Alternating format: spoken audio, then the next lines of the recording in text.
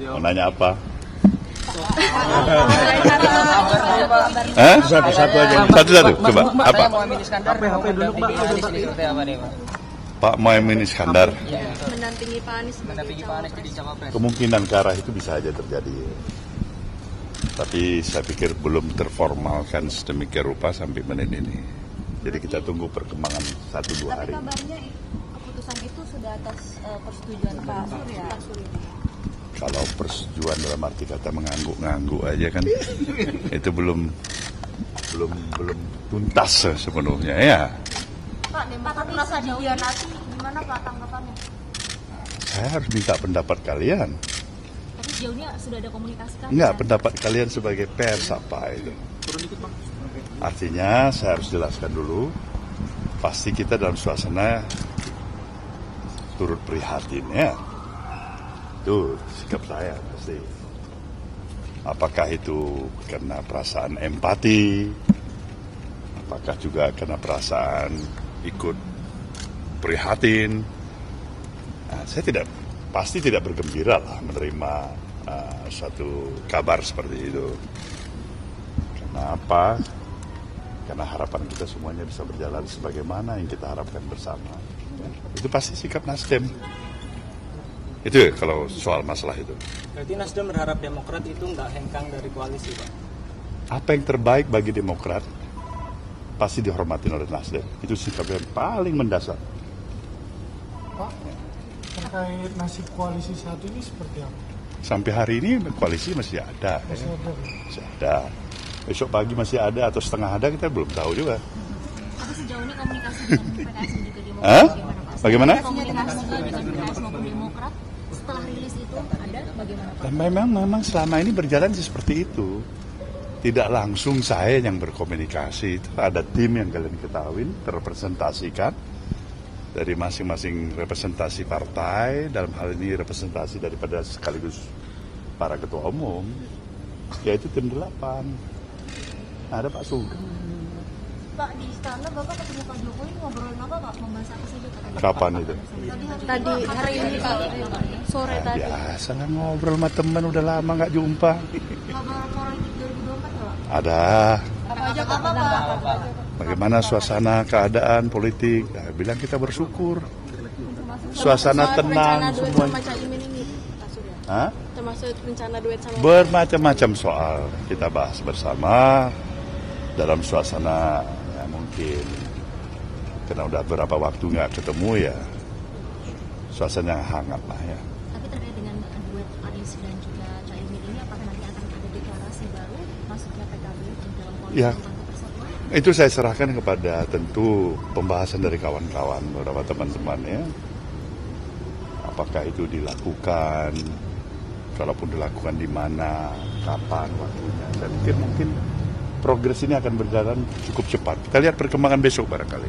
Besok ya, kabarnya akan dilakukan hari Sabtu di Surabaya Pak. Apakah betul Pak deklarasinya Pak? Ada saya dengar seperti itu, Apakah betul? tapi belum terkonfirmasikan secara pasti bagi saya. Jadi barangkali baru mungkin sebuah ide gagasan dari kawan-kawan. Kemungkinan ya. Pak Surya, Gitu loh. ini kan respon Demokrat kan sosok tidak. Caimin sendiri gimana? Ya Caimin kan bukan orang lama, nggak pernah dipersiapkan. Nah, ini jawaban spontan seperti ini supaya kalian nilai ada kejujuran atau tidak. Nggak ada mempersiapkan. Pak Surya, berarti ini koalisi perubahan apakah Ada arahan khusus dari Pak Jokowi? Nggak ada arahan. Tapi sampaikan salam-salam pada teman-teman pers ada. Pak Surya, ini berarti apakah koalisi perubahan ini nantinya ke depannya akan bubar dan Pak Surya memilih untuk nasdem dengan PKB saja cukup? Nah, insya Allah apa yang terbaik lah ya.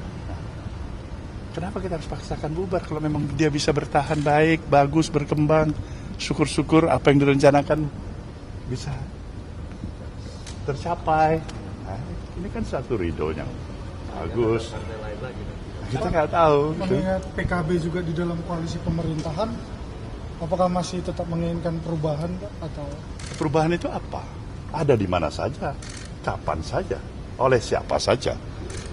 Esensinya perubahan. Bagaimana kita katakan mendikotomikan seakan-akan hak perubahan adalah hak mereka yang di luar pemerintahan. Udah cilaka cara berpikir kita seperti ini. Perubahan itu harus dijalankan, suka atau tidak suka, bagi siapa saja. Yang suka dia akan melakukan perubahan itu dengan kesadaran. Yang tidak suka dia sudah tidak perlu. Apa terjadi perubahan tanpa dia pahami. Perubahan itu terjadi juga secara otomatis. Nah, itu. Ya, proses pendidikan politik esensinya harus tetap berjalan di negeri ini. Tapi saya selalu mengingatkan, di dalam suasana kita menghadapi kompetisi, ya kan, selalulah kita harus menjaga sebetulnya suasananya seoptimal mungkin, harapan saya harmoni di dalam berkompetisi. Jauh kita bisa lebih baik ketika kita melempar senyum daripada caci maki di antara kita satu sama lain. Ya, soal baik. Mas Ahaye sempat jawab bahwa di dalam fraksi di dalam Nasdem sendiri ada beberapa fraksi termasuk yang mendukung Mas Ahaye sebagai cawapres dan tidak. Saya belum tahu kita Pak, kamera, Pak. teleskop itu. Saya belum dikasih teleskop sama Anda. Bagaimana saya bisa cek satu persatu nih? Paksi 1, paksi 2, paksi 3. Tapi yang jelas kan kalian tahu struktur partai ini begitu simpel. Ya kan? Artinya simpel yang saya katakan kalau diperbandingkan dengan partai-partai tingkat nasional lainnya, tingkat kepengurusan juga tidak maksimal sekali gitu. Dalam struktur partainya itu saya pikir lebih memudahkan untuk dipasang. Tapi kalau dikasih kiriman teleskop, nanti kita akan cek. Oke, baik. Terakhir. Pak Sudirman Said kan menyebut bahwa nama Mas Ahaye itu sebetulnya sudah pernah muncul, bersedia jadi wapres.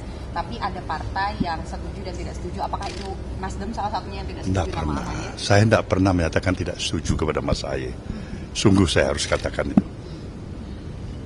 Apalagi di dalam publik atau pertemuan dimanapun, tulisan apa ada. Dia adik saya. Ahaye sebagai seorang adik, orang muda, pemimpin muda yang saya harapkan the rising star ke depan nantinya harusnya. Ya, baik. Terima kasih.